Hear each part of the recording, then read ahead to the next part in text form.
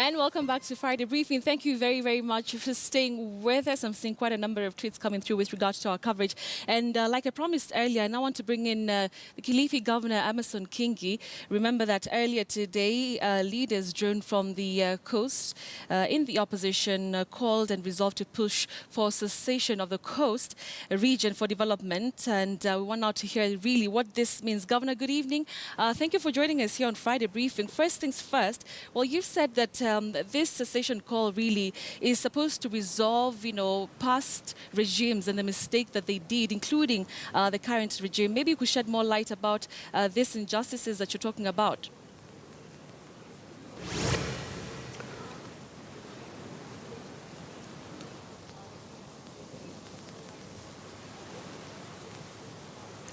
Right, Governor, if you can hear me. Yes. Yes, I can hear, Betty. Thank you, Betty. I think when a people are marginalized by successive governments and continue to be marginalized, then I think they have a right to exercise their right to self-determination. And I think that is the case for the coastal people. This is not something that we woke up and decided to do.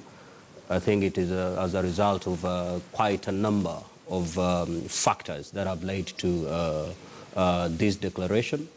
You will agree with me that since independence, this region has not had its rightful share going forward. And we always hope as a coastal people that each year maybe coming will bring changes. But we've given up hope.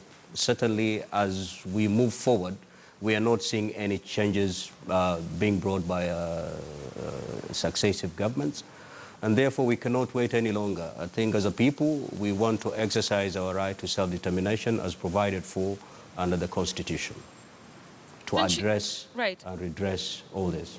Don't you think that the cessation call really is a tall order as the coast leadership? Don't you think there are things that you can do as a leadership, and especially with devolution, that can ensure that, like you mentioned, the people in the coast region are catered to with regard to development? Well, the last hope that the coastal person had was actually the 2010 Constitution, because it has very progressive articles. And we had hoped that this particular constitution is going to be implemented to the latter. But as a people, we are disappointed. Devolution has failed, terribly so.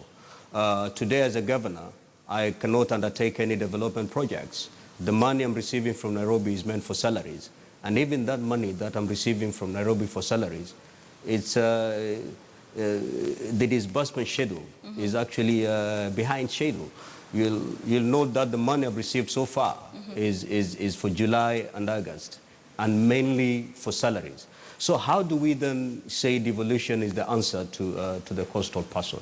I think we have given up because we had hoped whatever is provided for under the Constitution. Because if you look at the issue of land in the Constitution, if you look at the resources, equitable share of resources within the Constitution, if this could be implemented, certainly it will address some of the many ills that we are facing.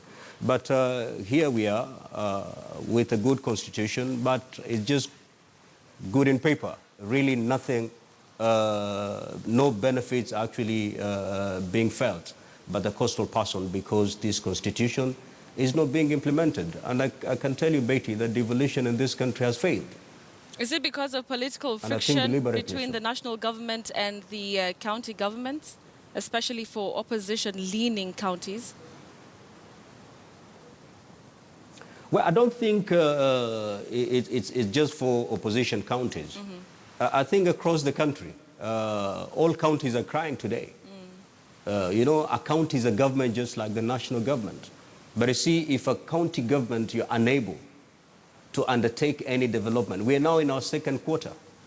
We have not undertaken any development projects. Why? Because money, we need to go on our knees to beg Nairobi to release the money. For how long will the coastal person be kneeling? We have knelt for over 50 years. We can no longer continue kneeling. But like I mentioned, do you think that this is a solution? Because if that's the case, then we will have different regions of this country saying that, they also want to secede. And as you answer that, how are you going to make sure that you actually reach the end game of this secession call? Well, I think as a people, we have resolved to walk this path. We don't know about other regions, but I think we are the ones, I think, as a region in this country, we're the ones who've borne the greatest ills, and certainly we will set the pace. We know the challenges ahead are pretty heavy, and there are many, but we cannot sit back and say because the challenges are many, we should give up.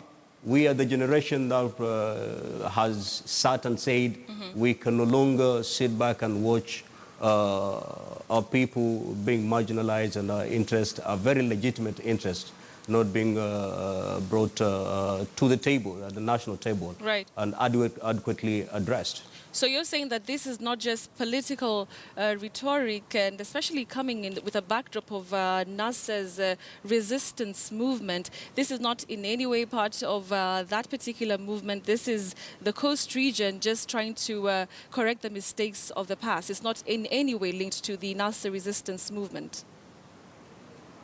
It's not linked to the NASA resistance movement. This is a regional ideology.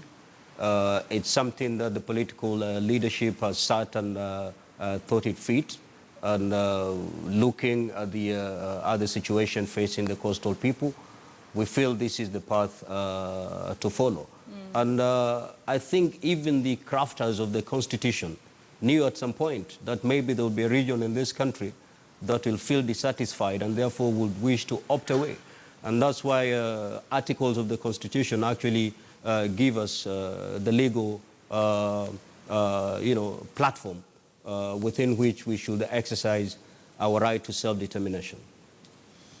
Right, thank you very much. That's Kilifi Governor Amason Kingi speaking to us from Mombasa, just talking to us and shedding more light about this new cessation call by opposition leaders joined from the coast of actually delinking the coast region from Kenya. That happened today, and there you've had it, the reasons that they are giving with this particular call. All right, so we are asking you on a big question, what are really your thoughts? What are your thoughts on this cessation call to delink Mombasa, to delink the coast region and Kenya? Would like to hear your thoughts on this one. You can use the hashtag Friday Briefing or at Betty M. Kello. That's my Twitter handle. Tell me what you think about this particular new call. I'll be willing and very ready to take a look at your responses. But for now, though, we want to take a break. But before then, let me just bring in my guest tonight. Like I mentioned, it's 9-year-old Shana Manjeru. Hi, lady. Hi. Great to see you. Thank you. All right, can I have a seat, please?